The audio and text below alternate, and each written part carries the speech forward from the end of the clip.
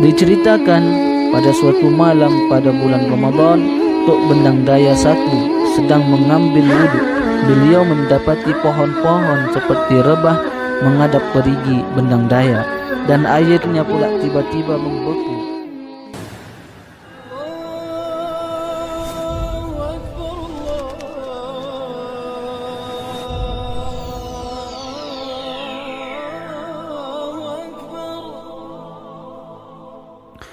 Bismillahirrahmanirrahim.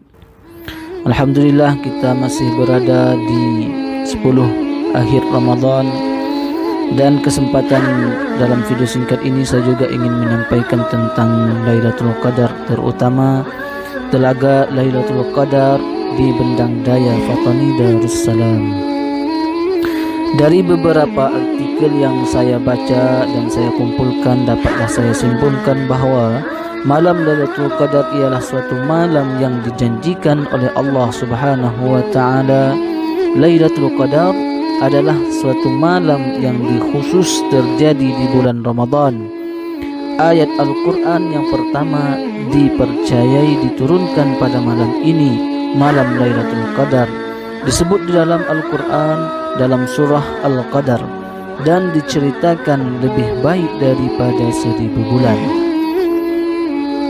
Telaga di Bendang Daya yang kita catat di sini pula dinamakan Telaga Lailatul Qadar karena ia mempunyai kisah tersendiri.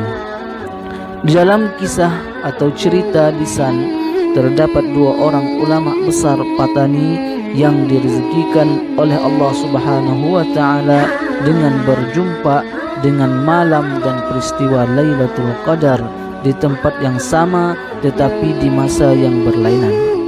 Tempat yang dimaksudkan itu ialah di perigi Bendang Daya yang dinamakan Telaga Lailatul Qadar tersebut. Lebih menariknya pula ialah kedua-dua ulama tersebut digelarkan dengan gelaran yang hampir sama, dan keduanya pula adalah mempunyai pertalian darah bapa dan anak. Gelaran bagi bapa ialah Tok Bendang Daya satu, dan anaknya pula Tok Bendang Daya kedua. Mereka adalah dari keturunan putera bongsu Sayyid Nurul Alam bin Sayyid Husain Jamaluddin, atau dikenal dengan Syekh Jamadil Kubra. Nama lengkap Tok Bendang Daya satu ialah Haji Syekh Wan Mustafa bin Syekh Wan Zainal Abidin atau Faqih Wan Musa bin Syekh Wan Muhammad Saleh bin Sayyid Ali Nurul Alam, atau dikenal dengan Syekh Wan Ali Al-Mashhur Al-Laqihi. Beliau ialah Hulu Balang Sultan Patani yang diberi gelar Datuk Penglima Kaya atau penglima ringkasannya, Hulu Balang Wan Pak. Tok Bendang Daya satu membuka pondok pengajian Islam di Kampung Sena, dan generasi pondok lebih mengenali beliau sebagai Tok Bendang Daya.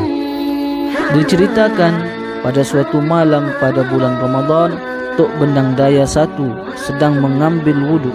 Beliau mendapati pohon-pohon seperti rebah menghadap perigi Bendang Daya, dan airnya pula tiba-tiba membeku. Lalu pada malam yang berkat itu, Tok Bendang Daya satu telah berdoa agar dikaruniakan kepada 4 orang anak serta keturunan mereka menjadi ulama yang tiada putus hingga kiamat.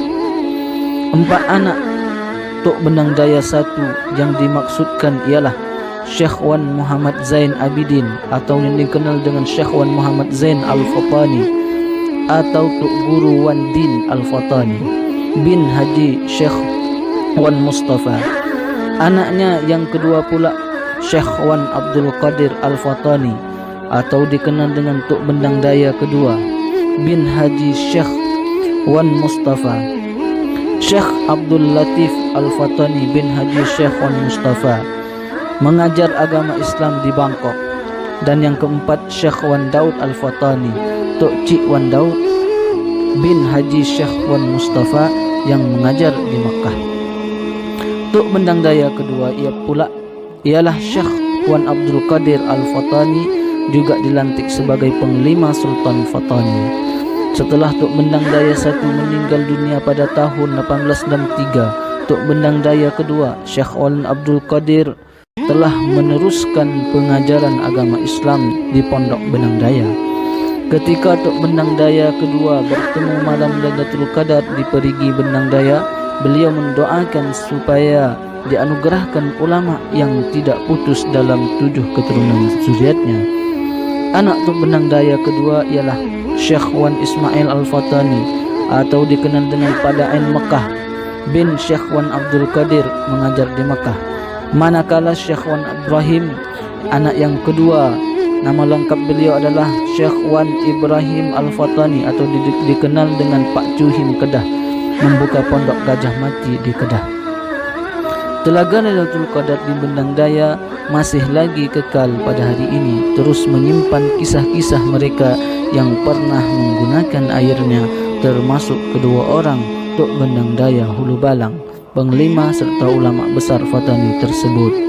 Antara tokoh ulama besar dari Fatani yang menjadi rujukan Mekah dan Timur Tengah ialah cucu Tok Bendang Daya I. Beliau ialah Syekh Wan Ahmad Al-Fatani bin Syekh Wan Muhammad Zainal Abidin bin Haji Syekh Wan Mustafa. Syekh Wan Ahmad Al-Fatani juga merupakan rujukan kepada kerajaan Empire Uthmaniyah di Turki. Begitulah cerita atau sejarah singkat tentang Telaga Lailatul Qadar Bendang Daya. Sehingga sekarang masih ramai keturunan Tok Bendang Daya yang menjadi ulama dan mengajar agama dengan ikhlas dan ridha. Sekalian mereka juga menerus perjuangan bapak-bapak mereka, meneruskan perjuangan atuk-atuk mereka sampai sekarang mereka masih ternama dan harum di bumi Fatani Darussalam. Sekian yang dapat saya sampaikan. Wabillahi taufiq wal hidayah. Wassalamualaikum warahmatullahi wabarakatuh.